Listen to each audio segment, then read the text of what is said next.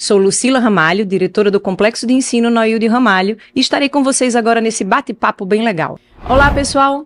Estamos aqui reunidos para mais um NR para você. O NR para você foi um projeto que surgiu dentro do nosso Complexo de Ensino Noilde Ramalho, atendendo às demandas de pais, alunos, que nos trouxeram alguns questionamentos e alguns pedidos, e até sugerindo temas que pudéssemos conversar, refletir sobre, para ajudar, e às vezes até para informar neste desenvolvimento das nossas crianças. E hoje nós temos um tema muito especial, o desenvolvimento da linguagem infantil. O que esperar? Como estimular? É um tema bem intrigante. Vamos acompanhar essa discussão, essa reflexão sobre esse tema tão importante? Fiquem aqui conosco. E já estamos aqui com os nossos convidados. Temos dois grandes nomes do nosso Complexo de Ensino Noilde Ramalho, a fonoaudióloga da nossa instituição, Glaucione Spínola, e o nosso psicólogo, que hoje está no âmbito aí, no nível da educação infantil, Eliton Costa. Vamos começar um bate-papo bem legal, né, gente? Sobre o desenvolvimento da linguagem. E aí, as perguntas que são intrigantes. O que esperar? Vamos começar com Eliton. O que esperar, Eliton? Eu, como mãe, espero tanta coisa, Jesus. Eu esperava tanta coisa. Comia unha de tanto esperar. Mas fala um pouquinho pra gente. Né? Eu gosto de trazer essa fase de desenvolvimento de linguagem falando um pouco do que Freud, né, um homem amado ou odiado, né, na psicologia, ele traz acerca de desenvolvimento. Então ele vai trazer alguns marcos que são importantes, que são 5 marcos. Aqui eu vou me dedicar somente a 3, né, dos principais marcos que ele traz, que é a fase do desenvolvimento oral, a fase anal e a fase fálica. E parece não haver correlação, mas existe uma relação muito forte entre o desenvolvimento de cada fase psicossexual e o desenvolvimento de linguagem. Até porque, Eliton, o ser humano é um processo, né? É um processo em constante evolução, que não existem fases desconectadas. Uma vem sempre a completar a outra. Exato. E a gente sabe que sempre tem aquele meio, né? Aquele nimbo que está entre uma fase anterior e uma fase posterior. Quando fala dessa questão comportamental, você vai começar com meses? Eu vou começar com meses. A gente começa entre 0 e 18 meses de vida. Ai, que seria legal. A fase oral. E quando a gente fala dessa fase de 0 a 18, a gente tem que lembrar do primeiro podcast, por exemplo, que é quando a gente falava de desenvolvimento de uma fase que é de uma dependência absoluta.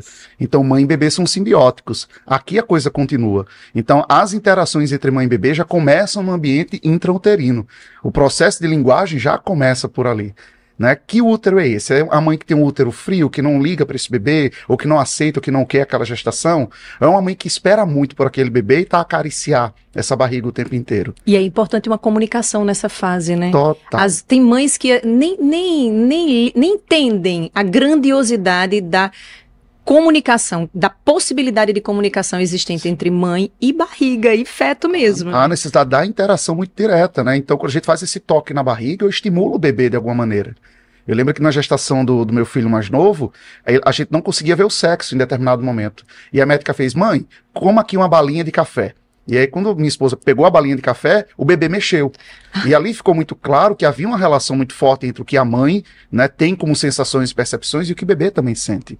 Então, a percepção da mãe está diretamente ligada ao desenvolvimento do bebê. Eliton, e essa comunicação começa mesmo além da voz da mãe, não é? Porque eu sei que muitas vezes a mãe tá com aquele barrigão inquieto, né? Mexe, e a mãe diz muito pro pai: bom, acontecia isso na minha gestação. Eu dizia: eu não consigo acalmar. E aí lá vem o pai com aquela terceira voz existindo e já chegando ali pertinho e conseguia sim mudar o comportamento. Ou seja, a criança já começa a se comunicar. Começa a se comunicar. E é curioso porque enquanto a voz da mãe é muito reconhecida, né? Ele convive com essa voz o tempo inteiro, a voz do terceiro, que é o pai, é uma voz de pouco conhecimento. Então, por isso que chama tanta atenção do bebê. Ele escuta aquele estímulo sonoro que é diferente e ele para ficar atento ao que é aquilo dali. Muito Então, legal. O processo de linguagem está ali, né, envolvido. Então, nessa primeira fase, né, de 0 até 18 meses, o marco principal é a boca, principalmente para o bebê. Né? Nasceu e vem mamar. Mamar. É o primeiro ato, né, do desenvolvimento. Ou seja, eu preciso fortalecer a musculatura da boca, eu preciso fortalecer a musculatura da língua, eu preciso dar conta de tudo que envolve essa primeira zona de prazer para que o bebê ele consiga falar. É quando começa, né, um monte de série de desenvolvimentos dentro do processo de linguagem. Mas o Já marco já a gente inicial- vai estar fazendo esse gancho aí, esse momento que estamos aí falando de comportamento com a linguagem propriamente dita, né, Glau?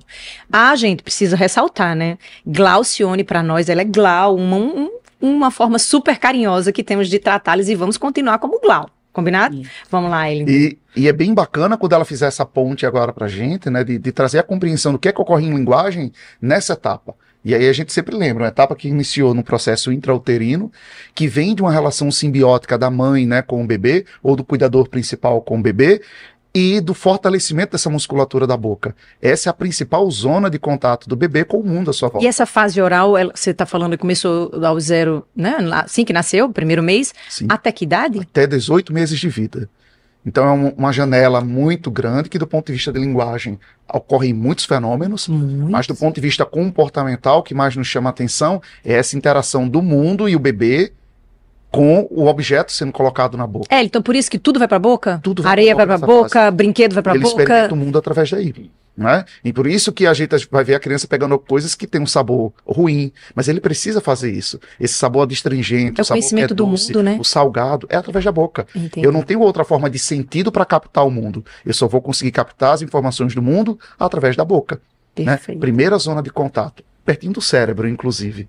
Né? Glau, a criança está conhecendo o mundo pela boca, né? Tudo indo à boca, uma forma de realização. E aí, qual a relação que existe, esse conhecimento de mundo aí, que está tudo muito nessa fase oral, que a boca é o centro de tudo, com a linguagem? A gente viu aqui que a gente acabou falando de linguagem, que estão conversando, né? Que começa uma comunicação lá, ainda na barriga. Mas como é que você pode falar na área da fonoaudiologia sobre esse surgimento dessa linguagem? Certo, Lucila. Você trouxe muito bem, né?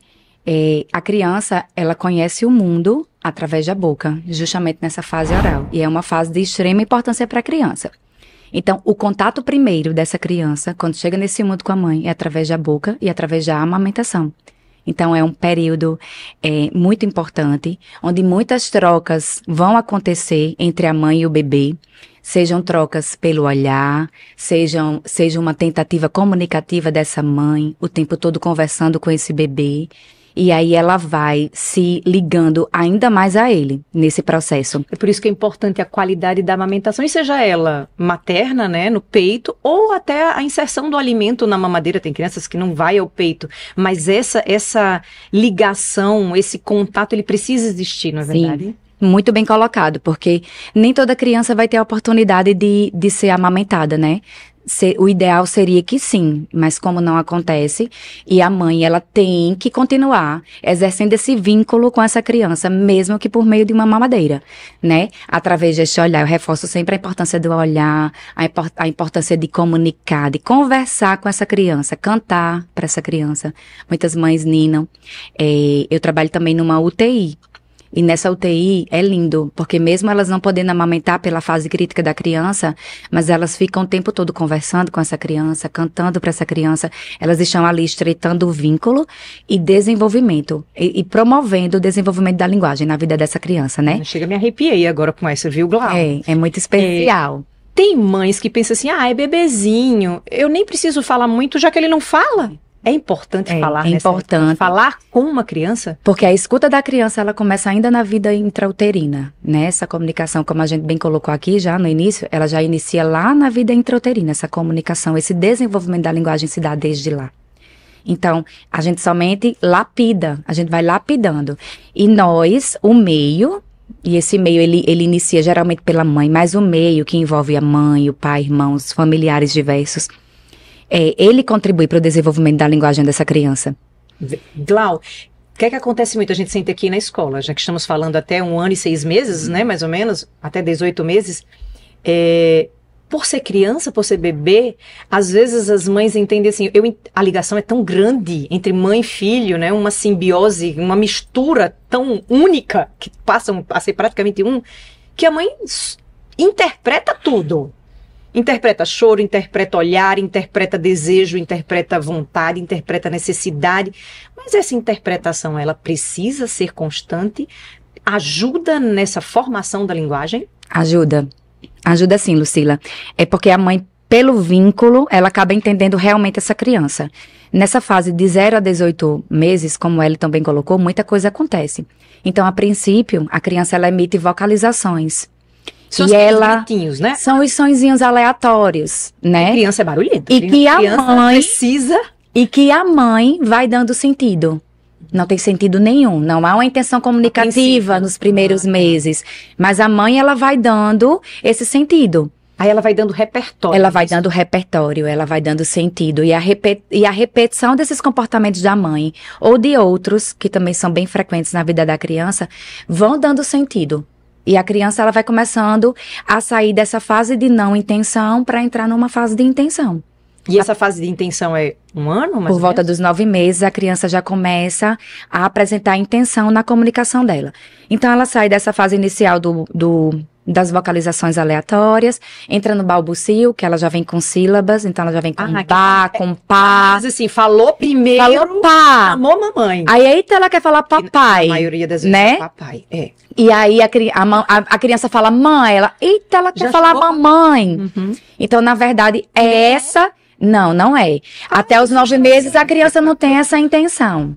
Né? Entendi. Mas essa relação, essa interação com a mãe, de, olha, ela falou mamãe, ela falou papai, essa euforia que a criança vai começando a entender, vai fazendo com que a criança vá entendendo que, olha, papai é Sim, pá, tem esse pai. som, né? E a mãe diz assim, e muitas mães ficam tristes porque dizem assim, meu Deus, falou pai. primeiro papai, e que eu convivo com a criança, muito mais do que o pai, como assim? Eu sofri assim. Mas é porque o P, ele é mais fácil que o M, né? No repertório fonético, o P aparece antes. Então, não é porque o papai é mais importante, é porque papai é mais fácil de falar. Juro que fiquei extremamente aborrecida. Como pode? Eu passo o dia inteiro e lá vem pá. Como pá? É mãe. E não que não seja, porque a gente sabe que em algumas famílias o pai, ele exerce muito bem esse papel, mas né? Esse ciúme não pode deixar de existir.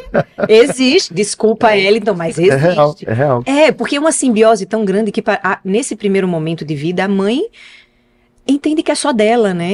E é preciso aí esse pai estar presente até para mostrar que, epa... Essa triangulação, né, Eliton? Tem que haver a triangulação. Existe sim. outra pessoa nesse processo e, na minha concepção, importantíssima, como nós falamos agora no Dia dos Pais, aqui com os nossos alunos e com os nossos pais, o quanto é importante o papel do pai, mas esse pode ser outro tema para outro podcast. Sim. Glau, sabe que tem mães que ficam interpretando tanto que às vezes tolhe, você não acha?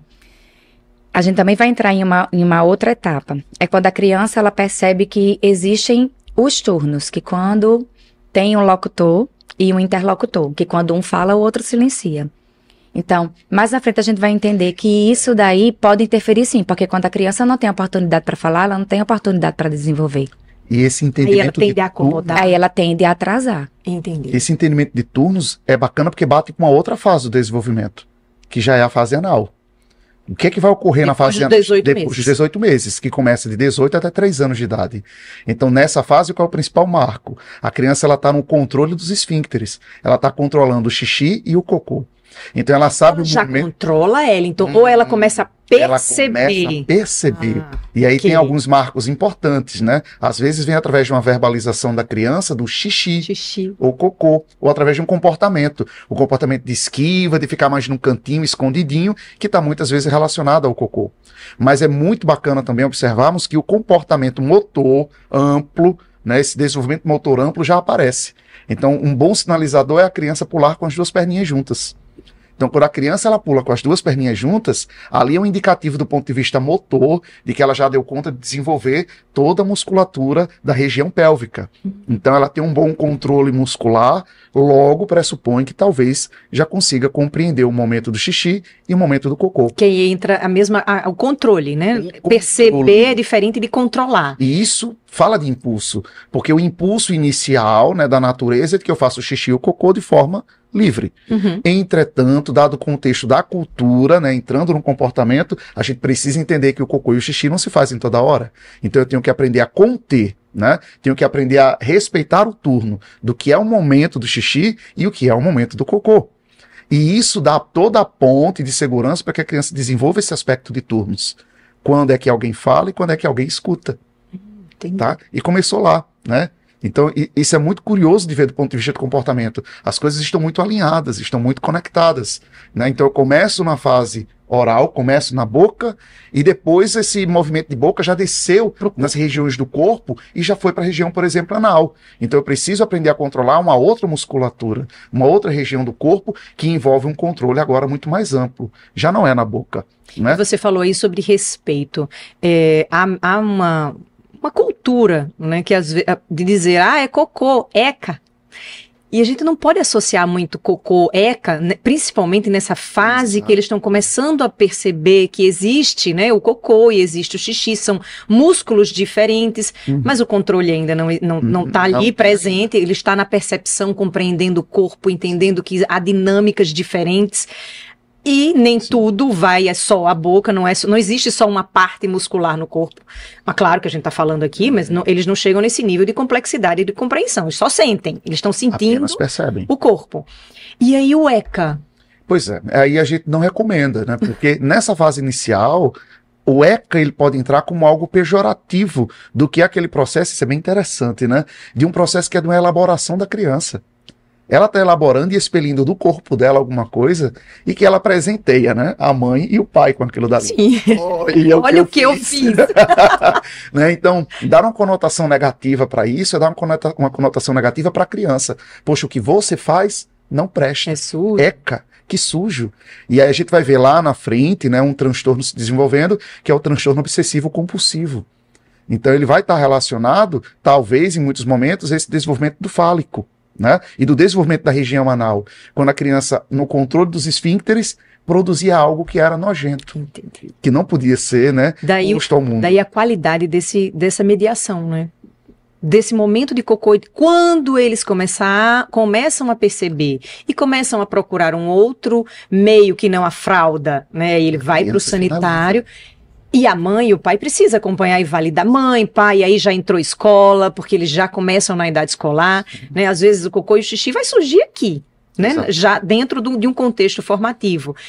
E aí, muitas vezes, os pais dizem assim, ai, meu Deus do céu, e fez cocô e xixi na roupa, a brincadeira estava tão boa que nem lembrou que tinha cocô e xixi ali, só viu. Mas estão ainda na fase de desenvolvimento, né? Ainda não há um controle fino, como o adulto tem. Isso daí a gente adquire com um pouco mais de tempo. Tanto que o xixi ele pode aparecer à noite, enquanto a criança dorme. Ela está relaxada, ela está descansada, e aí o xixi aparece.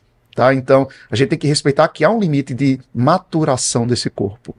Entre 18 e 3 anos de vida, a criança está aprendendo sobre aquilo. Ela está dando conta do controle do impulso, que é a liberação. controle muscular. O controle muscular. Glau, controle. A gente sabe que aí começou aos 3 anos, 3 Vem de anos. 18 meses até 3 anos. Até 18 Então, meses vamos até os pra 3 18. anos. 18 já tem um bom repertório, né? Já. Já começa termos- com uma comunicação mais social, mais Isso. interação maior. Eu até gosto- os 3 anos. Eu gosto muito de dizer aos pais assim, o desenvolvimento motor, ele vai acontecendo, né? Ele é gradativo e a criança, ela vai chegar na etapa de andar. E quando a criança, ela começa a andar, que começa lá por volta dos 11 meses, 1 aninho de vida, aí ela está pronta para desenvolver a sua fala. Então, a fala, ela é um ato motor extremamente fino. É mesmo, Glau. Começa a surgir as palavras, né, mais compreensíveis. Depois que... É verdade. Eu preciso primeiro dar conta do motor amplo para poder dar conta de um motor mais fino, mais delicado. E aí, por isso que esse repertório de palavras, ele surge por volta dos 12 meses, né? E até os 18 meses, a gente vai ampliando. Então, a criança, ela tem condição de ampliar o vocabulário, mas ela vai usar mais palavras de forma isolada, tá? Dos 18 até os 3 anos, gente, ocorreu um boom na linguagem. Porque se a gente for por etapa, dos 2 aos 3 anos, a criança ela já tem aí um repertório de aproximadamente 200 palavras. Mas dos 18 aos 12, de aproximadamente 50. Olha Glau, o boom. E aí a importância do que se falar, né? Num contexto realmente estimulante, com repertório válido para a vida, válido para a existência dele, apresentação de mundo mesmo. E você concorda com o Tati Bitati, aquele que apresenta assim, eu nem sei, uma pepeta, uma chupeta, é uma pepeta, você vai receber sua pepeta. Certo. A infantilização da palavra, que aí é muito nesse momento agora, né? Vamos buscar sua pepeta, vamos falar com bobó, vovó. Existe uma orientação, Lucília, de que quando a criança ela é pequenininha demais, ainda está na fase dos balbucios, que a gente pode interagir com ela, certo? Até imitando. Mas aí, quando a criança ela já tem um repertório, e a partir dos 2 anos, que é quando ela começa a aumentar o acervo de fonemas nessa fala, e o que se espera é que ela vá elaborando cada vez melhor e falando cada vez melhor, então assim, não tem como a gente contribuir para o desenvolvimento da fala dessa criança se a gente repete os erros dela.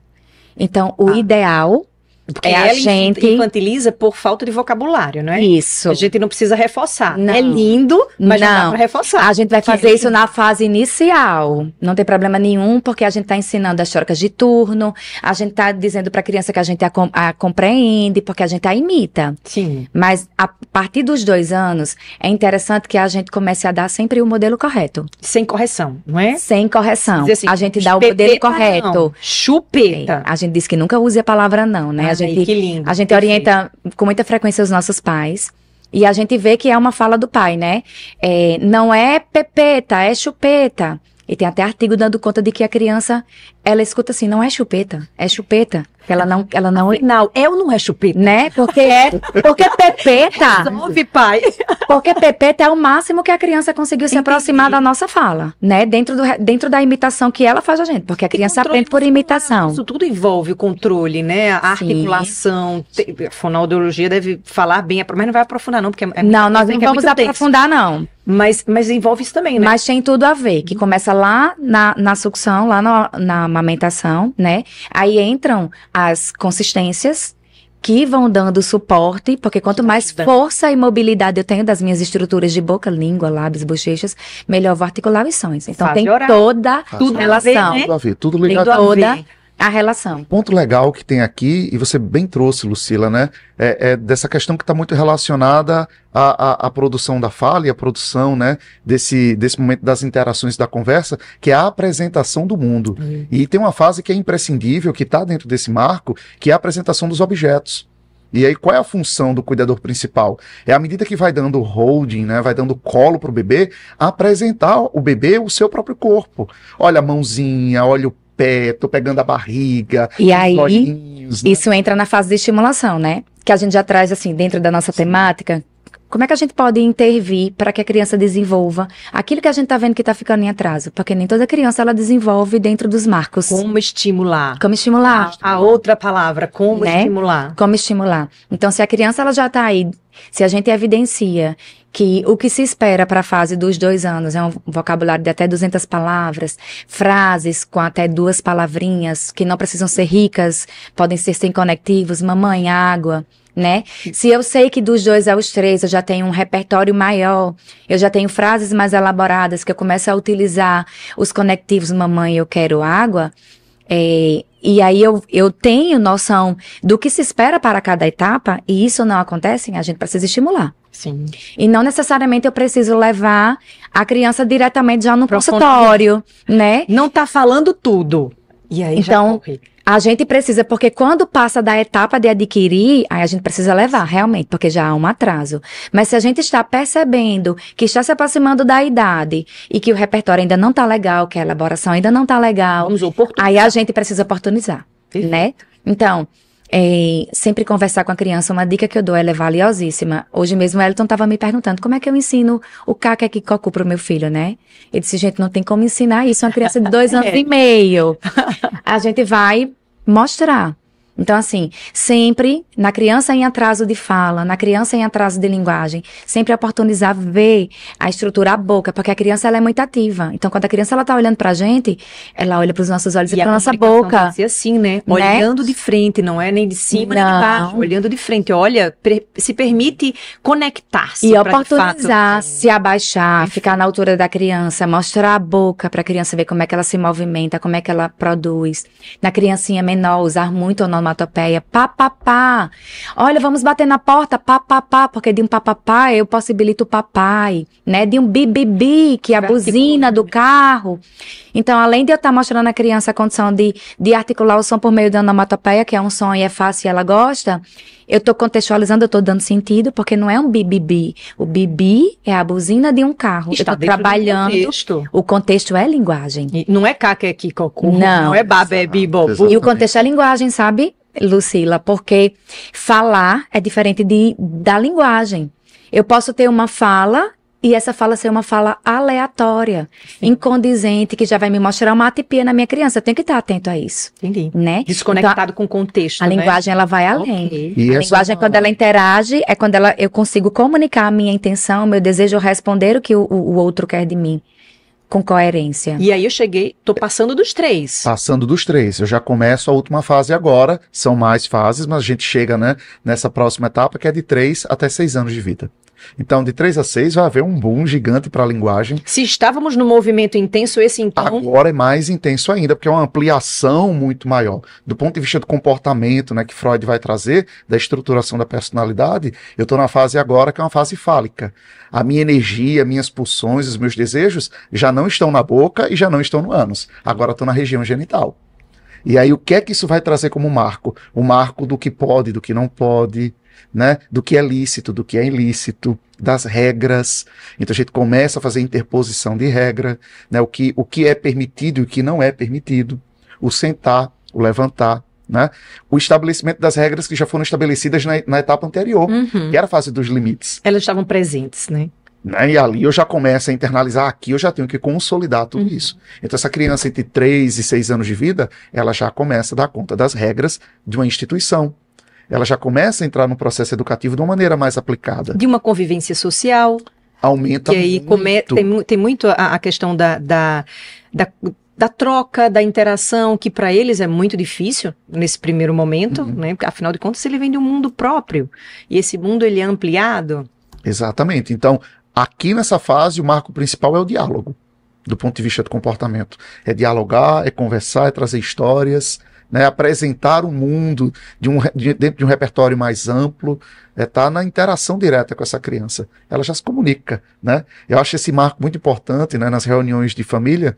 Eu sempre vejo a Glau, ela trazendo essa fala do que é uma fala com intenção e o que é uma fala que não tem intenção.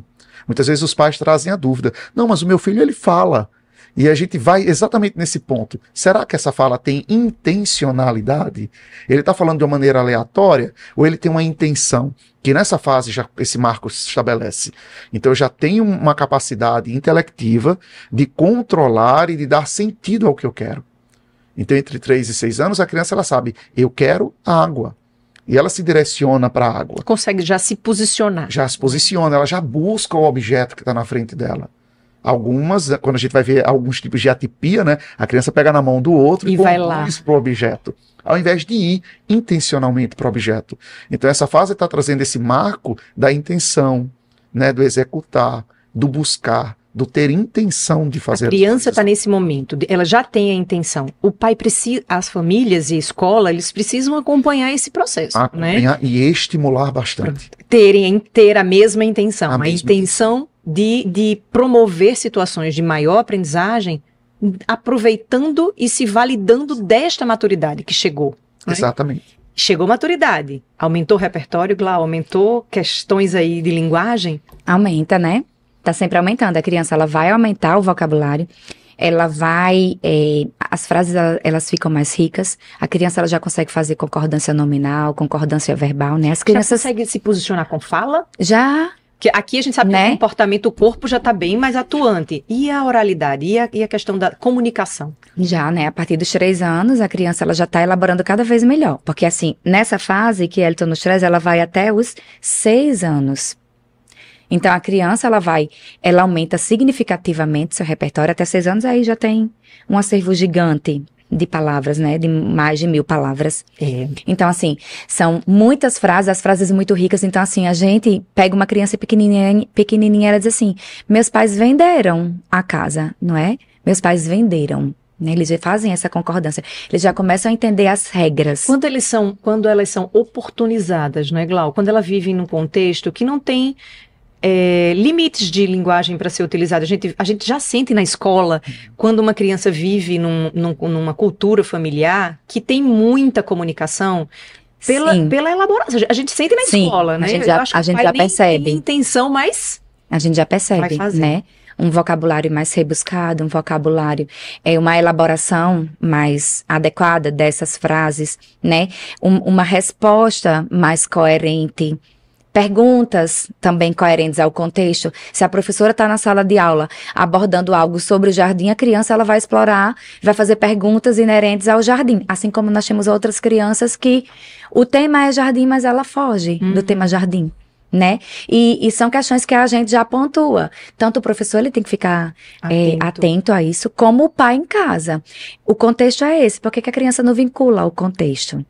Então, a gente tem que ter esse olhar atento para entender quando a criança está dentro do desenvolvimento esperado para sua idade e quando essa criança está em atraso, para que a gente possa conduzir melhor essa criança, né? E aqui também, a partir dessa idade, a gente já começa a possibilitar aí o desenvolvimento do que para a gente é muito importante, que é a leitura e a escrita, né? Então, a criança... começa a aparecer mais. Por volta dos 4 aninhos, ela já vai, né, conseguindo escrever de forma mais espontânea, convencionalmente, de forma mais espontânea, dentro de suas hipóteses de escrita, não é? A gente não vai esperar que uma criança de 4 anos escreva a palavra mesa com um S. Então, se ela escreve aos 4 anos a palavra, ou com todas essas letras, então, assim, a criança ela vai escrever de forma muito espontânea. Mas isso faz parte do desenvolvimento de linguagem, né? Leitura escrita também é linguagem, porque a linguagem ela não é fala. Fala é uma condição, linguagem é outra, comunicação é outra. Mais temas para conversarmos. Mais temas para a gente conversar. Muitos temas. Então, assim, o que é que eu posso dar de dica para o desenvolvimento dessas crianças de uma forma geral, né? Que essa família sempre busque conversar com essa criança, respeitando os turnos conversacionais, que essa família possa promover a contação de história. É um recurso riquíssimo em todas as idades, desde os meses de idade, né? Para a vida inteira. A partir da contação de uma história, e aí nessa idade aqui até os 6 anos, a criança já entra no processo de leitura, e aí o pai pode ler, e passa o momento de leitura, e eles podem intercalar nessa leitura, interagindo durante essa leitura. Vamos voltar para o livro, né? Vamos ler livros. Ler esses livros, porque... essa contação de história, porque essa leitura, ela é quem aumenta o vocabulário, né? Nomear tudo, falar sobre as experiências vividas. É um momento que a criança ela já tem condição de ficar aqui, ó, de igual para igual, né? Com os 6 anos, a criança ela já está aqui. Ela já tem muitas curiosidades, e as curiosidades dela são muito interessantes. Muitas vezes, como é que essa criança... A gente fica assim, como é que essa criança me perguntou isso? Como é que ela sabe disso? E ele já tem conhecimento do mundo. Nós pais, às vezes, dissemos assim, e ele entendeu? Você já está nesse nível? Você já consegue dialogar? É isso mesmo, ele já entra numa capacidade de diálogo, né? Uma dica que eu queria trazer aqui, né, que é algo que eu vejo muito na clínica aparecendo, é um medo dos pais, às vezes, com determinados tipos de história. Então, tá havendo um movimento, né, a nível mundial, né, das pessoas, elas se afastarem dos contos de fadas, achando que o conto de fada tem uma pegada, pela diversidade, né, tenebrosa, ruim. Entretanto, do ponto de vista de maturação cognitiva, o conto de fadas ele é muito bom. Porque a criança vai entender o conto de fadas de diferentes maneiras à medida que ela evolui no desenvolvimento. Então, o que é uma compreensão de Chapeuzinho Vermelho aos 3 anos de idade é diferente da compreensão de Chapeuzinho Vermelho aos 8 anos de idade. E imagina aos 60? Imagina aos 60 anos de idade, porque nas aulas, às vezes, na psicologia, né, quando eu estou conversando com os alunos, eu dou a interpretação adulta do que é a história de Chapeuzinho Vermelho, todo mundo diz, acabou com minha infância, né? Porque não é uma história tão bonita assim. Eu nem vi assim. Né? Mas, na cabeça da criança, aquilo tem um sentido, né? Então tem autores que vão defendendo essa ideia de que, à medida que ela vai elaborando o contexto cultural, o contexto, né, argumentativo, ela vai compreendendo aspectos da história que antes eram negligenciados. Então, não há por que ter medo da contação das histórias. Conta as histórias, os finais nem sempre são felizes. E conta a história, não precisa interpretar pelo seu ponto de vista. É contar. Conta a história e deixa a criança interpretar. Né?